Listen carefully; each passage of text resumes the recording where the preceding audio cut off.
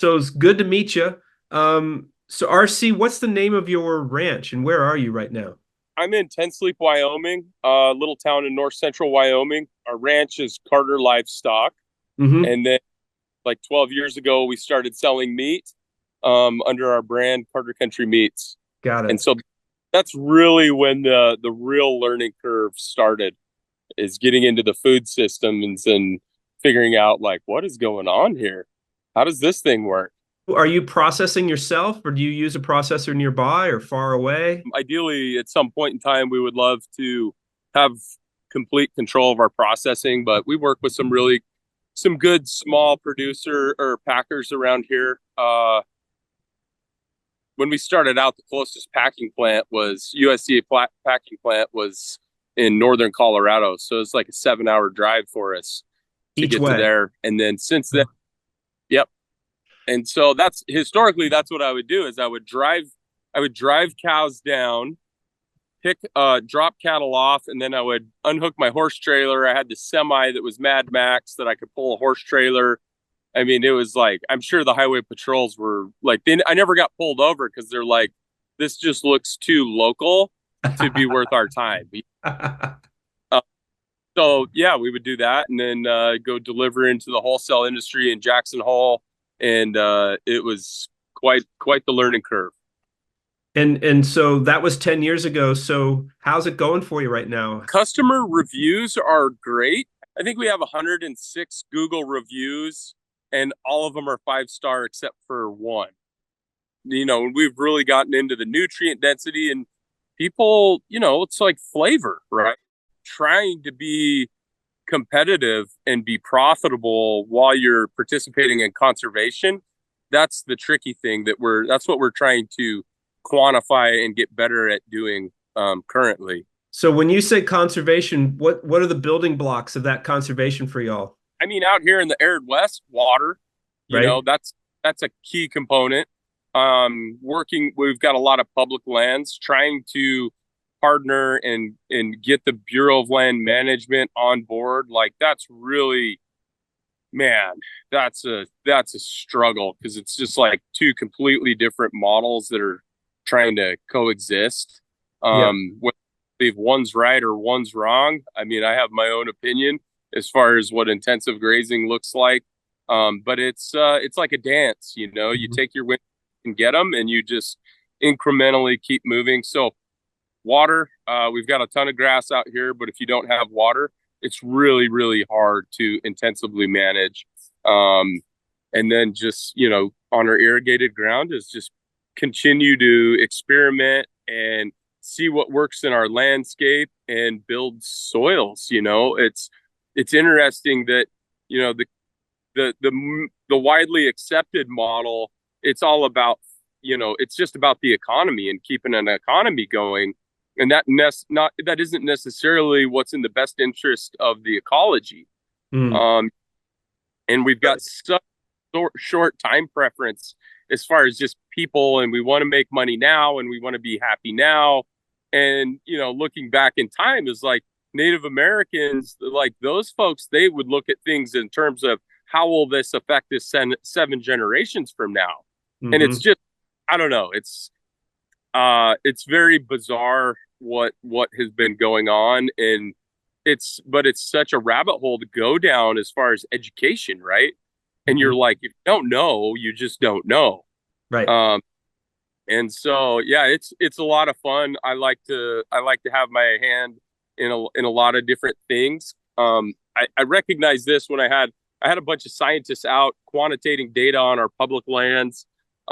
We've got a pilot project going with on 6,000 acres, and I was out there with the ecologists and the biologists and all the ologists, and Mm. they're really focusing in so intently. And a great friend of mine, Charlie Orchard, who he had a company called Land EKG, Hmm. brilliant guy, and he came back and is running his ranch now here in Ten Sleep. And his protege Ryan White, who was actually just on the phone with on a project today, he took it and started Snaplands. But Charlie, he says, science is breaking things down into smaller and smaller units and learning more about them. And at the end of the day, you know a lot about nothing. What really matters is how does it all work together, you know?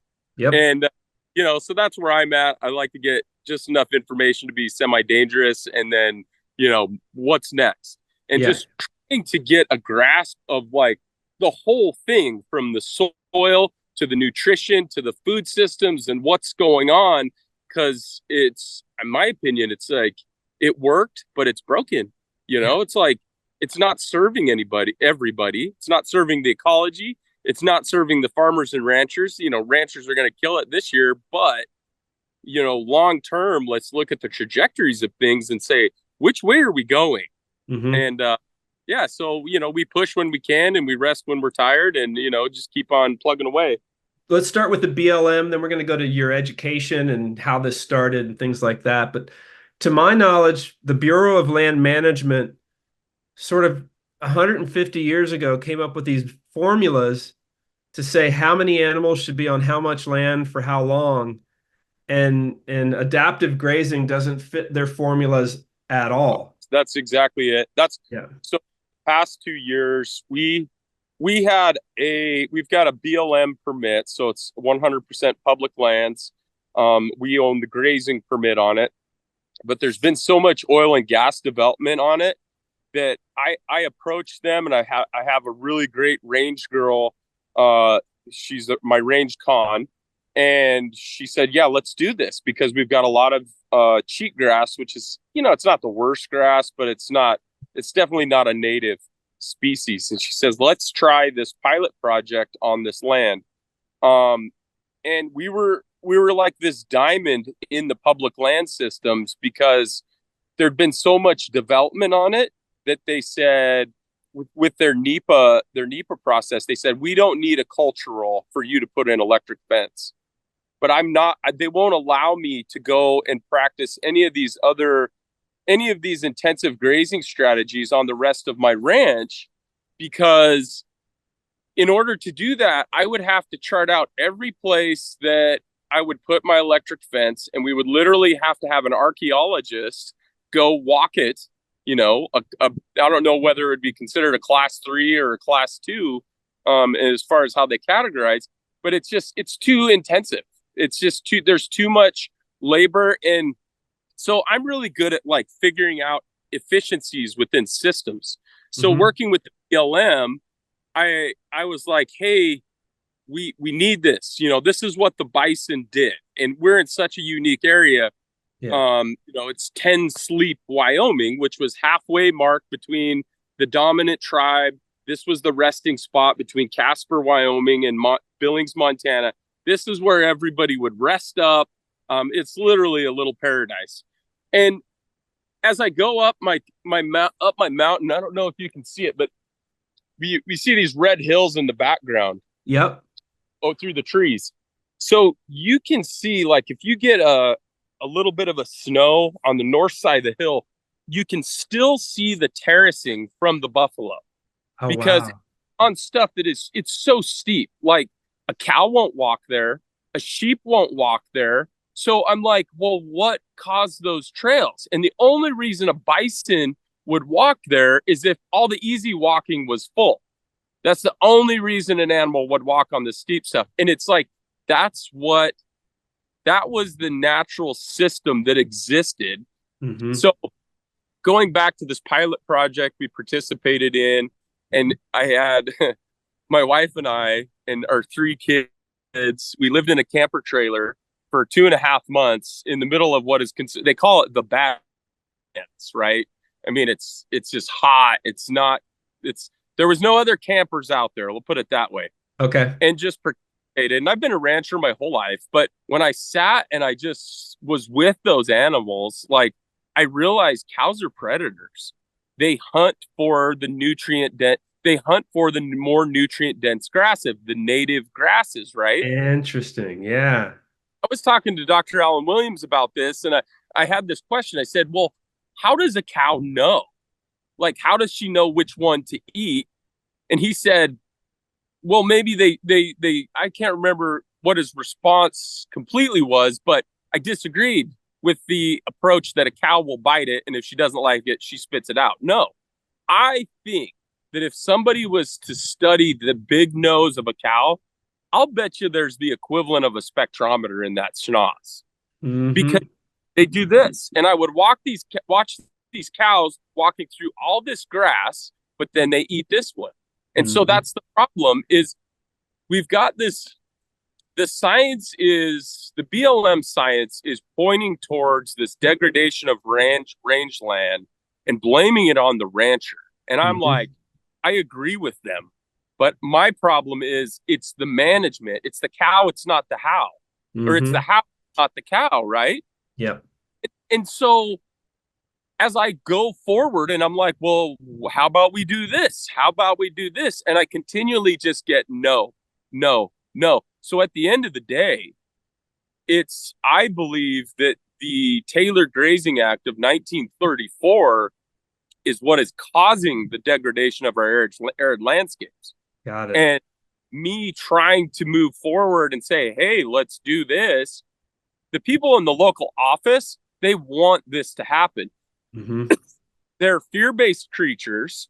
Yeah. They're very risk adverse, and they don't have the human resources to make stuff happen. You want to do anything, this much paper has to be filed. My range con is in charge of over 200 different ranchers. Jesus. I mean, there's places. I leased a property. The guy who's been in there for 5 years, he'd never even been on that property. And I'm like, Wow. the government has been tasked with the stewardship of the land. We need to get these policies in line Yeah. with this. And it's just nuts. I mean, I'm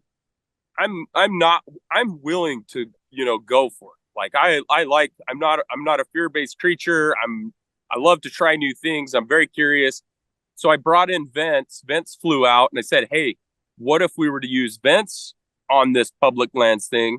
What's If, vents? Is that the collar? The yeah, correct. So it's the collar that's the invisible fence, but it helps you herd the animals. Yeah. Yeah.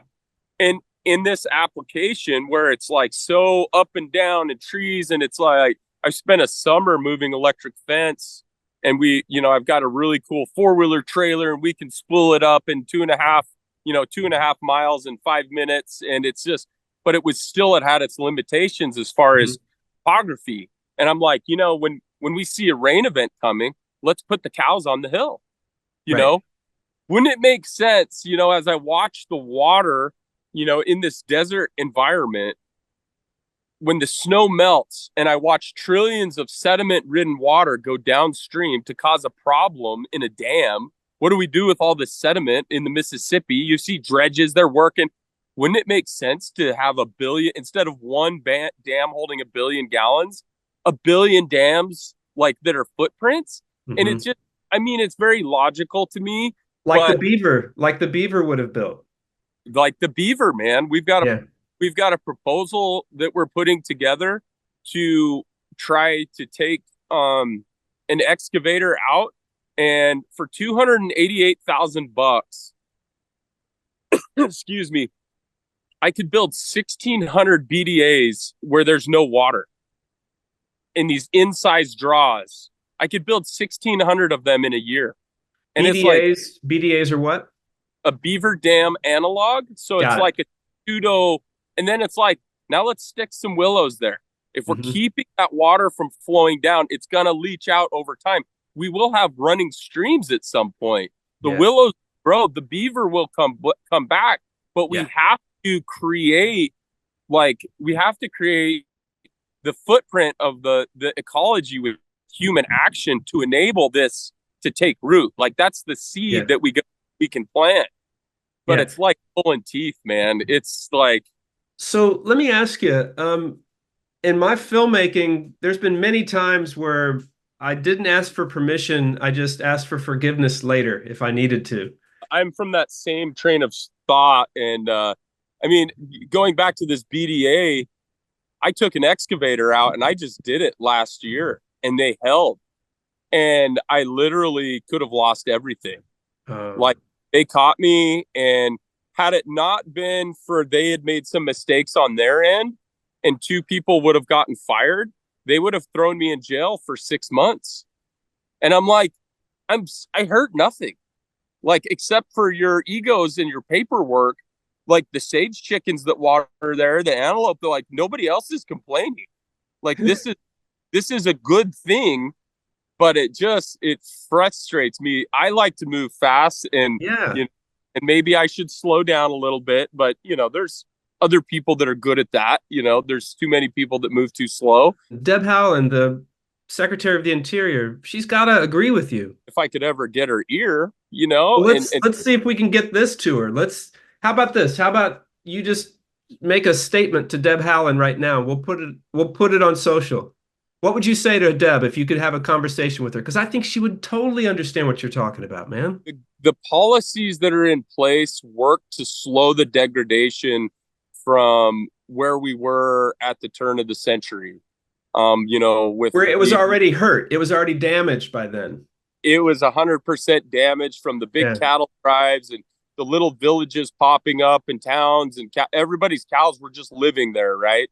And there Hmm. was no rest, high intensity, and so it was necessary. But it's a new era, and we all recognize there is a problem there. I can see that there's a problem.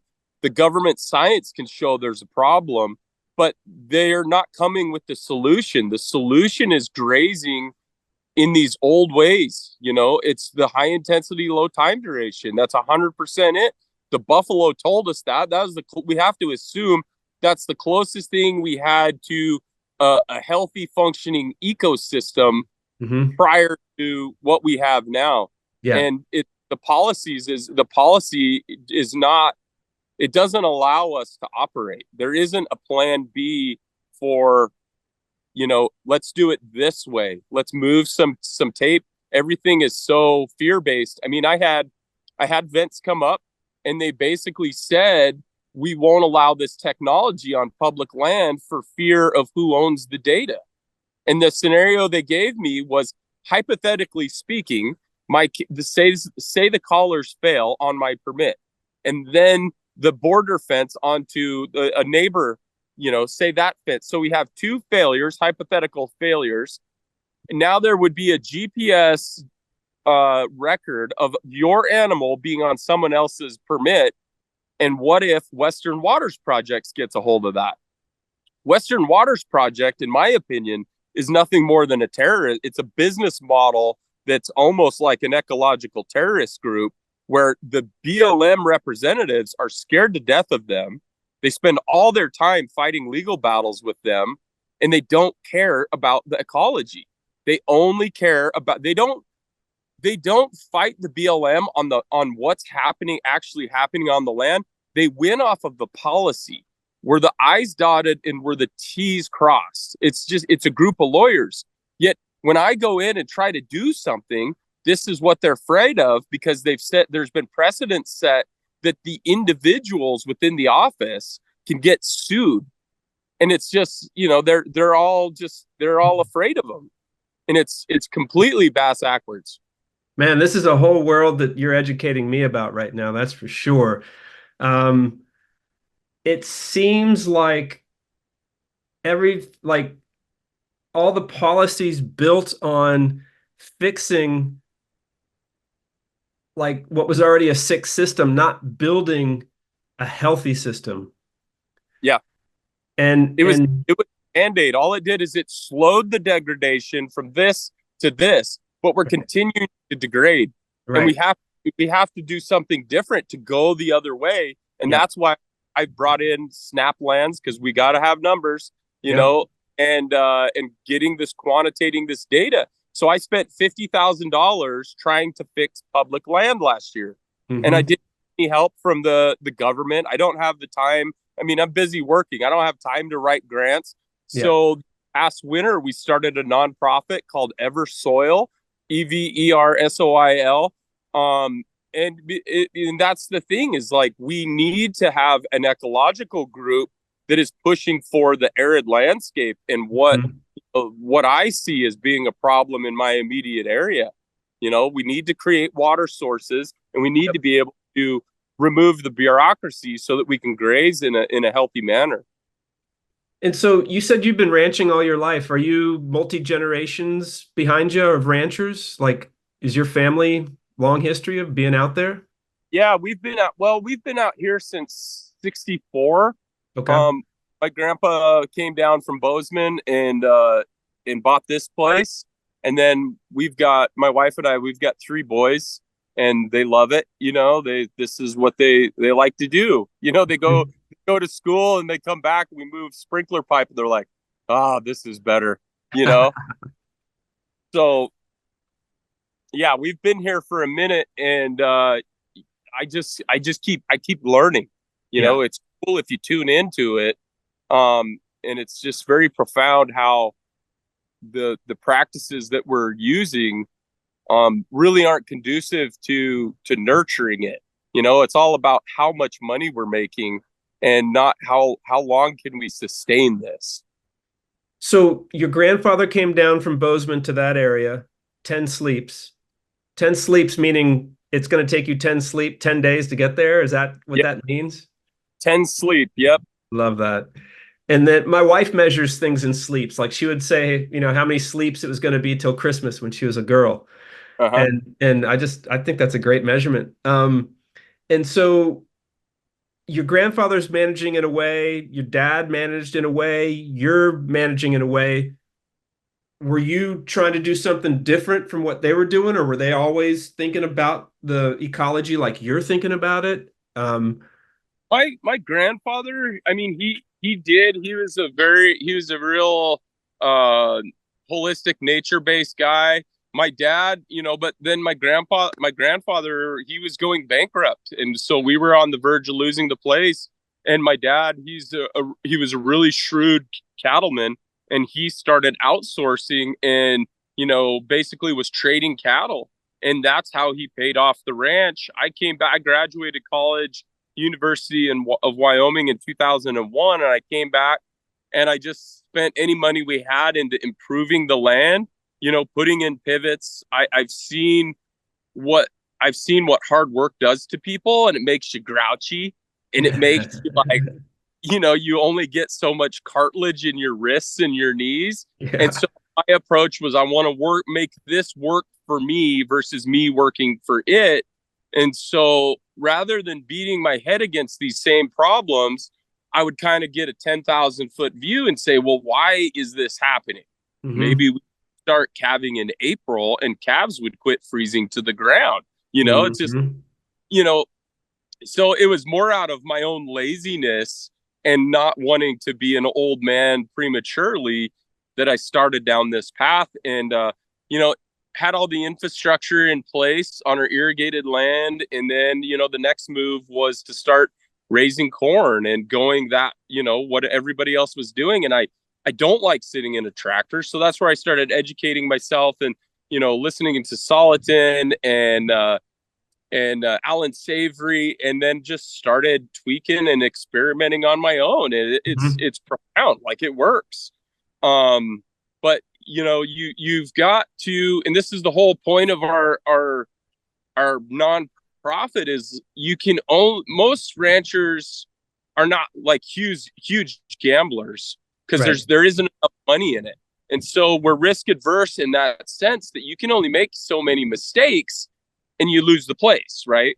Yep. And so that's where I think we should have these institutes where it's like somebody needs to be willing to gamble, to vet out the processes that we can fall on our face and we're not going to lose everything that we believe in to prove to the others around us that, like, hey, this is okay. Like, Hmm. we've done it, we've proven this works, now go. Yep. And I think it's really important to vet out some of these practices, and just continue to evolve the discussion, in terms of action, Yep. actual discussion. So let's take a step back. What do you produce on your land? What do you produce? Grains and animals, and what do you produce? So we're historically a cow calf operation, Hmm. and we're leaning more and more into um, we with our meat business, the only thing that we process is uh full cows that are 4 years old or older, and Interesting. we've done our nutrient density testing on these, and these are the most nutrient dense cattle there are. I mean, in regeneratively raising them, we don't have any monocrops. We don't have everything's pretty much polyculture, and just yeah, trying to put up as the least amount of hay, not burn, not by tractors, not by tires, not burn diesel, just doing it, letting the animal be the tool to Hmm. build the ecology, and at the same time, like finding that sweet spot where we can be economically viable. And can our folks on our social media channels, can they buy your all's product? Yeah. Yep. You can check us out. We've got an Instagram account at Carter Country Meats, Okay. and we'll have a website where we ship all over the United States, cartercountrymeats.com. I'm gonna order some myself. I've never I don't even know if I've had a 4-year old animal. I know in France, I don't think I don't know if it's a law, but all the best chefs, they don't even serve an animal that's under 3 years old. There's a reason.